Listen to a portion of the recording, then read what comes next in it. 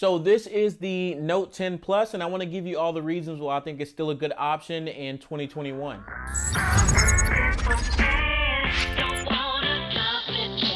Alrighty guys, so reason number one is 45-watt charging. There are a lot of phones that even come out today in 2021 that still do not have charging that is as fast as this. And although I don't use 45-watt charging all that much, I pretty much use 25 watts. It does make a huge difference, and it just goes to show how much even an older flagship can outshine some of the newer competition that comes in at a lower price. Talking about that fast charging, the next thing I want to talk about is battery life. Now, one of the main reasons I like to have extremely fast charging is because some phones don't have the greatest battery life, and I'd like to be able to throw the phone on the charger for a short period of time and then just continue my day. Now, this phone, on that note, does have really great battery life, even considering how old it is.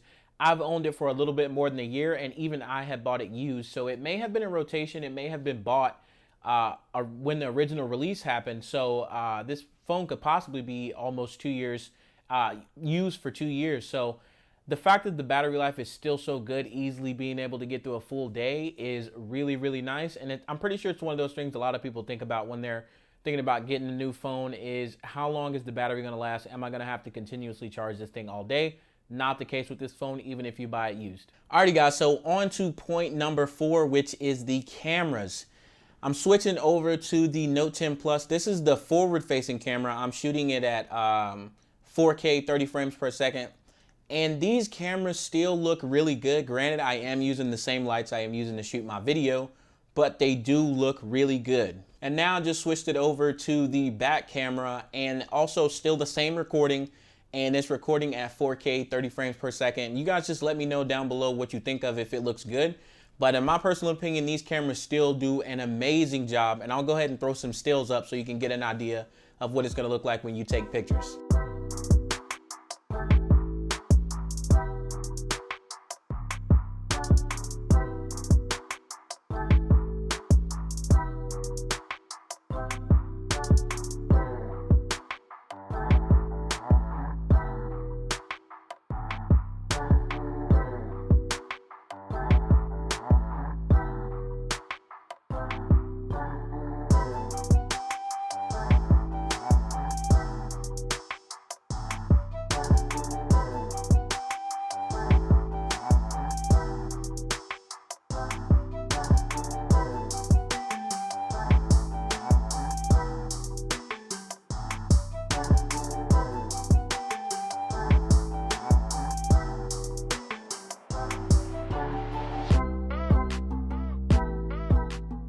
Alrighty guys, so number 4, the next thing I wanted to talk about was the display. This display is still really, really good. 1440p AMOLED display.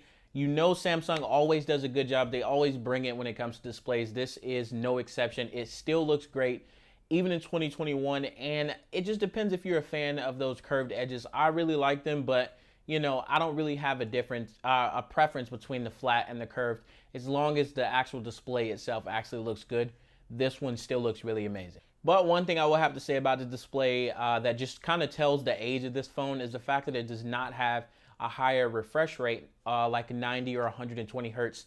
Now, from using the S20 FE and the S21 Ultra, most of the time I would say you wouldn't notice unless you're like me and you're using different devices, some that support the higher refresh rate and some that don't. Within short periods of time. Like, I'm always using different phones at different periods of time, and when you're using them back and forth like that, then you can kind of tell the difference, but it's not a huge difference if it's the only phone you're going to be using. But I will say that initially upon getting this phone, you will notice the difference between the 120 and the 60. Okay, so the next thing I wanted to move it onto, and probably one of the most important things when you're thinking about getting an older phone, is the price. So right now I found on Amazon, and I usually go through different things like Facebook Marketplace and OfferUp to check different used options. But if you go on Amazon right now, you can get a renewed Note 10 Plus 5G for $389, $400. It's really easy to find one that's in a really good price. And if you compare that price to newer phones that are of that same price, you're definitely not going to get a phone that operates as good as this one, has as good of a processor as this one, as good as a display as this one. It's just a really good option if you want to get a phone that maybe a little bit older, but still has all of the features that a flagship of today might have. Alrighty, and the next thing I wanted to talk about was easily accessible accessories. That's one of the things that I kind of thought about with phones I've owned in the past. I've owned a lot of phones that don't really get marketed too much in the US, like Xiaomi phones, Huawei phones, stuff like that. One of the good things about this phone, even though it is pushing up on 2 years old, you can still find accessories for this phone in Best Buy, Walmart. I went in Walmart the other day and I found a tempered glass screen protector that was like $15, and you can find it just in the store. And that's a big help if you're like me and sometimes you don't want to wait for Amazon to deliver something to you, or also if you just want something until the time comes that Amazon can deliver your product. It's a really good thing to know that you can find something easily for this phone in the store as far as cases, screen protectors, chargers. You know, when most of the market is dominated, especially in these retail stores like Target, Walmart, are mostly dominated by iPhones, you can always easily find iPhone cases and screen protectors and stuff like that in the store. Alrighty, so number 7, I would have to say 5G. If you're looking for a phone that has 5G and is also has all of these great specs that you're looking for to be able to compete with these other phones, this phone does still has 5G. Even though it's a little bit older, it still operates very well. I use mine on Verizon, and I also get the Verizon ultra wideband.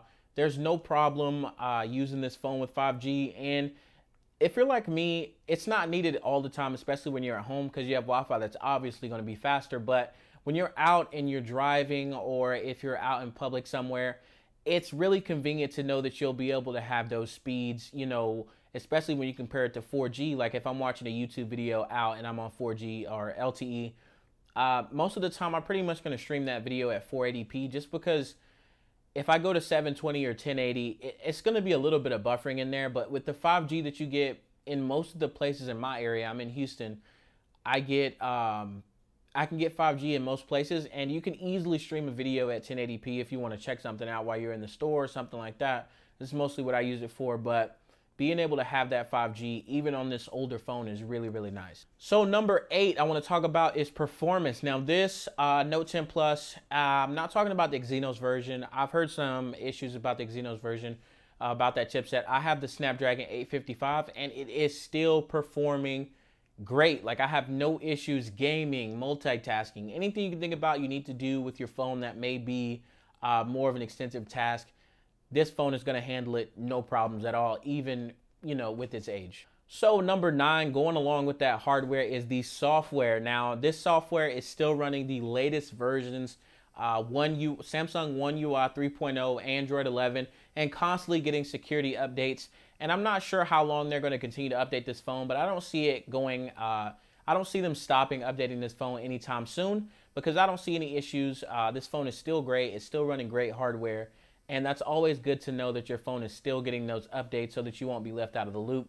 I'm also using other Samsung devices, and pretty much everything is pretty much stayed up to date to this point. And the last thing I want to talk about, which is really cool, is the design. The design, I feel like the design is still really, really great. Like it still looks like a phone that could come out today. I would say minus the cameras. I feel like the cameras have taken more of a different turn. They've taken more of an evolutionary step as far as like the different squares and like the new S21, and just it seems like the cameras are taking a different turn as far as the design of the cameras go anyway. And even the sensor sizes are becoming bigger. So you can definitely, I feel like that's the one point, if this phone came out today, you would notice, is that the cameras are just a little bit basic looking. I mean, at the time they were great, but it just seems like, and I'm just talking about the looks now, the actual camera itself is great, but the actual look of the small like camera module is a little bit underwhelming, but it is still a great camera. Alrighty guys, now that is the end of the video. If you enjoyed the video, please consider leaving a like. If you have any questions, make sure you comment down below. I'll get to those as soon as I can. And if you want to see more videos like this in the future, please consider subscribing to the channel. Thank you so much. Stay easy.